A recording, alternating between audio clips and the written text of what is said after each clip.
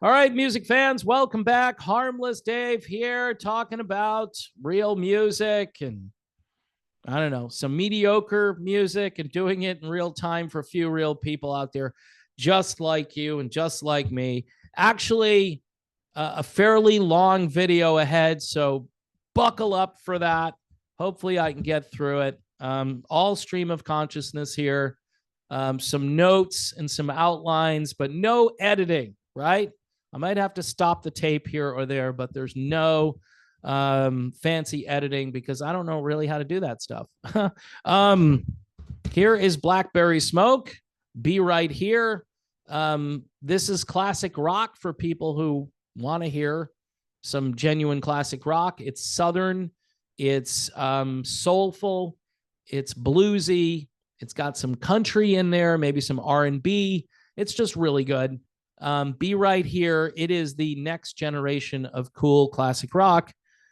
And I wish radio stations would play music like this because then more people would know about it. Otherwise, again, it's up to me and you guys. I will put a link in the video itself so you can purchase a copy of Blackberry Smoke's Be Right Here. Now, this video inspired by a couple of things. This particular quote that I read on social media, you don't expect him to sound the way he used to. He's 73 years old. Okay.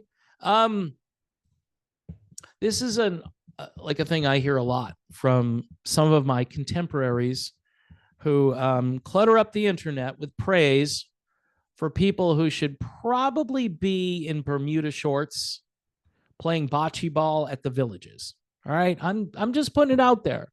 You don't have to agree with this, but there is an epidemic right now of people staying on the scene too long, right? We just did a story about Phil Ehart from Kansas, 73. I wasn't mentioning him specifically here, but, well, he's a great drummer for 73.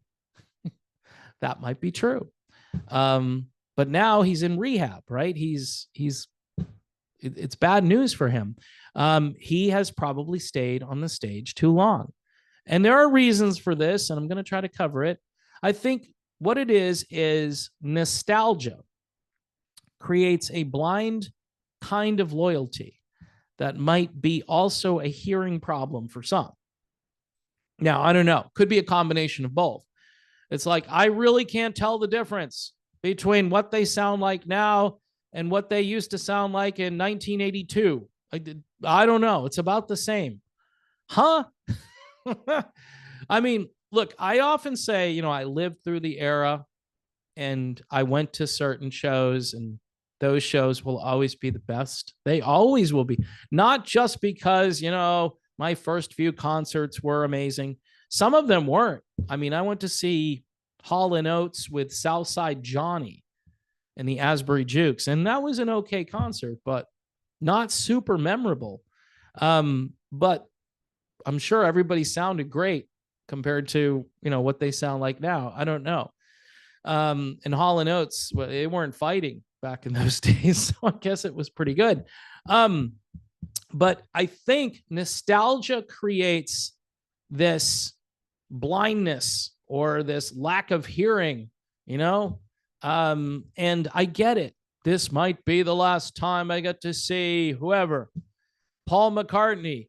He's going on tour again. And I'm like, no, don't do it, Paul. Don't do it. Well, what's wrong with Paul McCartney? His voice. Let's just start there. His voice. He's in his 80s. Grace Slick was right. This wasn't supposed to go on this long. And yes, Paul McCartney can announce a tour and people will buy the tickets. It will sell out because you can say, I went to see Paul McCartney. Now, I went to see him in 1990. So really nothing that he's going to do going forward would ever compare to what happened in 1990, at least in my humble opinion. So again, don't take it from me. There are live recordings of this music dating back to when it all began. So you can always go listen to, I don't know, whatever album that this particular band or artist had back in the 70s or 80s, and you can hear the quality, you can hear the singing, you can hear the playing. They have a lot more technology now, which helps kind of prop up some of these groups or fill in the sound, which in some cases might create a better concert experience. But if you can't sing the material, how is it better? Turns out that about 98% of the people who are still out there, I would say about 98, I'm just putting a number on it, were better 30 or 40 years ago. They just were better. They sounded better. They looked better. This is another thing, the aging rock stars, right? And I'll get to that a little bit. You know, in baseball, when the pitcher can't throw his fastball anymore, he might have a couple of years left in the league throwing off-speed stuff. Maybe he'll learn how to throw a knuckleball or something. Billy Joel, by the way, uses this analogy. He throws off-speed stuff where he can't throw his fastball anymore. And Billy has survived for a while, but Billy's getting close to the end, right? He might go out with a bang, but he's getting closer to the end. I don't think Billy is one of those guys who's stayed on too long. I think his catalog has preserved him because his catalog isn't as difficult as some other artists' catalog. And that's just the truth. But even he is signaling that we're getting closer to the end. Look, the endless farewell tours aren't helpful. They're not, because band does really well financially. They take a break and then they come back and they say, well, that wasn't really farewell. We're going to keep going. And you're thinking, you just fooled me. You faked me out. I spent all of that money because I thought it was the last time I'd ever see Kiss, right? Because the Kiss farewell tour, and Gene's like, it's definitely the end. It's the end. And who's roaming the earth right now? Ace Frehley. He's capitalizing on the absence of his former bandmates. He's got a solo record out there, and he's signing autographs, and it's going to be good for Ace for a while. It's good for him. You know, those guys left him behind. But is it really good music? Well, some people like it. I have heard it so far. I'm reserving judgment. That's all I'm going to say. I was never a big Kiss guy, so I might not be the right person to critique the new Ace Frehley album, but I know it's probably going to do pretty well for Ace. Good for him. I hear this an awful lot too. You don't expect them to sound the way they used to, do you? Actually, I do. You know why I do? Because we're spending $200 a ticket. I used to buy concert tickets back in the day. It was like $17.50, and I was close to the stage. I was getting crushed by other people close to the stage. Now I am in nosebleed central. I'm lucky to get in. You know, I put my 2 tickets in the cart, and the price goes up as soon as I put them in the cart. And then when I get to the checkout, it goes up some more. Now, if I go to the place and buy them there, I can avoid some of these fees. But this is ridiculous for bands that are well past their prime. And in most cases, not the original people, not the original singer, not the original drummer. And so it's annoying. People say, you don't expect them to. Yeah, I do. For that price, I actually do. Sorry. I guess I'm a miser, right? I should just want to throw my money away on crap. But in this case, I'm not willing to do that. This is why I don't go to a lot of concerts. People will send me links and they'll say, what do you think of that?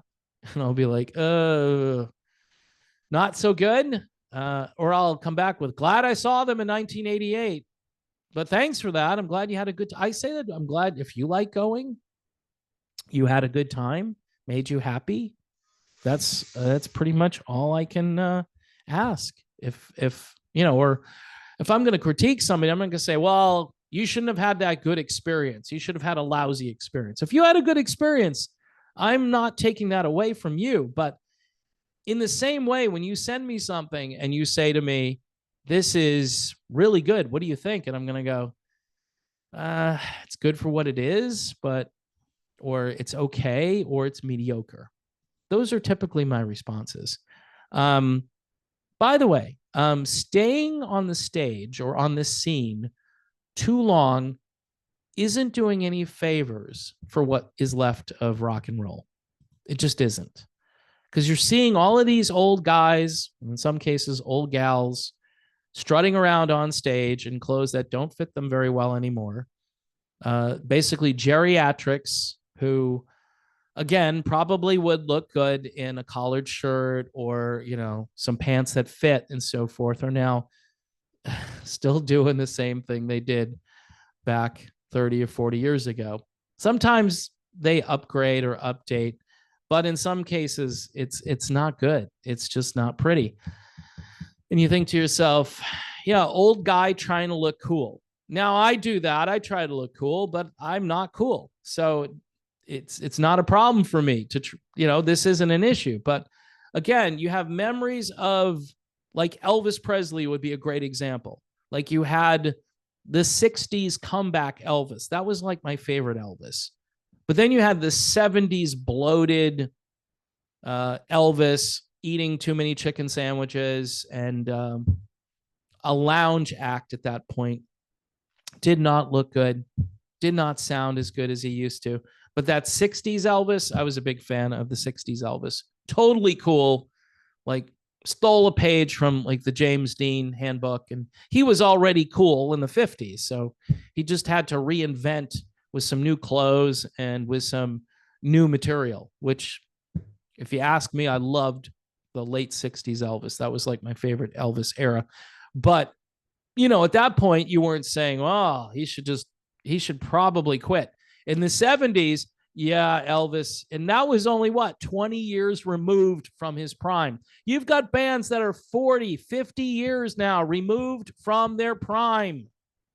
And they're roaming the earth like old dinosaurs. And they're not willing to go extinct. They want to keep going. Anyway, the endless farewell tours, the advertising that goes on, the tour package where the aging replacement singer, someone who wasn't even the original singer, but has also not aged well, is put on a concert bill that makes it sound like you're about to buy tickets for Live Aid. You get like 16 different artists. You're going on the cruise, these concert cruises. You know, some of them look kind of interesting, but some of them, Bob Smith, who was once in the Marshall Tucker band for 5 minutes, he's going to be out there performing, and you're like, ooh, can't wait. Can't wait to see Bob. Look, I get it. People have disposable income. I think it's like elder abuse. I do. I think you're abusing you're abusing the audience, and you might be abusing the people performing. So it's elder abuse on 2 levels, and I think that's wrong. You know, you look at your concert, you're like, I got 6 bands for the price of 1. Actually, you got 6 bands for the price of 6 bands plus maybe 6 more because of inflation and price gouging, right? And then buy the t-shirt, buy the $14 beer. I mean, it's insane. I mean, you have to have another job, right? Just to do the concert scene, or a decent inheritance, or, you know, maybe a rock star can loan you some money. You know, I always hope for a wealthy donor for my channel. And a couple of people have actually, you know, stepped it up and have come out of nowhere. It was actually really surprising, because apparently they feel sorry for me. They know what's going on with YouTube, and they know in general, this entire business model, if you want to call it a business, it's just going down the drain. So it's up to people like you to keep this going. And I say that to people all the time. And anyway, it's interesting. So it could be elder abuse. Yes. With all of these choices, and by the way, we don't have many of these choices. We have limited choices. So because we have limited choices, people want to get a piece of the action. So they don't care. They might not care that these four bands aren't the original people and they're advertising that this guy was in this band and this other guy was in that band. I had one person get back to me and say it was awful. None of it sounded good. I mean, they played the songs kind of like the original songs, but nobody sounded close to the original singers. And this is where we're at right now. You know what? Most people, though, they don't care. And I don't know if I'm trying to reach those people or complain about those people. I don't know. But there's a lot of people that don't care about really important things these days, too, like the accelerated mortality rate. I had to put that in there. Nobody really cares. It's not really being reported. So a concert that is advertising, four bands you loved back in 1987, and maybe it's not accurate, that's only slightly troubling compared to the problems going on in the world. And again, some people just want to escape. They want to get away. I can't blame you for wanting to get away. For me, because I lived through a lot of this, I know I'm not going to get better than what I had had. It's not going to happen. At the end of the day, the industry is kind of mostly to blame for what's going on now. These older performers, by the way, they're not stupid. They're smart. Monetizing their name and what they were 30 or 40 years ago is really smart business. And that's why we have tours featuring the Outlaws and the Guess Who and Marshall Tucker Band and the Little River Band. And those aforementioned bands, well, I tried to keep it quiet about who I was going after, but I wasn't really going after anyone specific. I'm just saying you go on a cruise or you go look at a tour and you find out there's one guy who was once in a band. He wasn't the original guy, but because he was in that band, he got the rights to say that he was in the band. And so they put it on the concert marquee or on the ticket stub. Of course, they don't have ticket stubs anymore. They have virtual tickets that you buy and you store on your phone. It's great. And by the way, don't get me started on the farewell tour that either never ends or comes back in 2 years when the houses and the women and the sports cars end up zeroing out the bank accounts of these people. And they need to just do it again so maybe they can sustain themselves for another few years.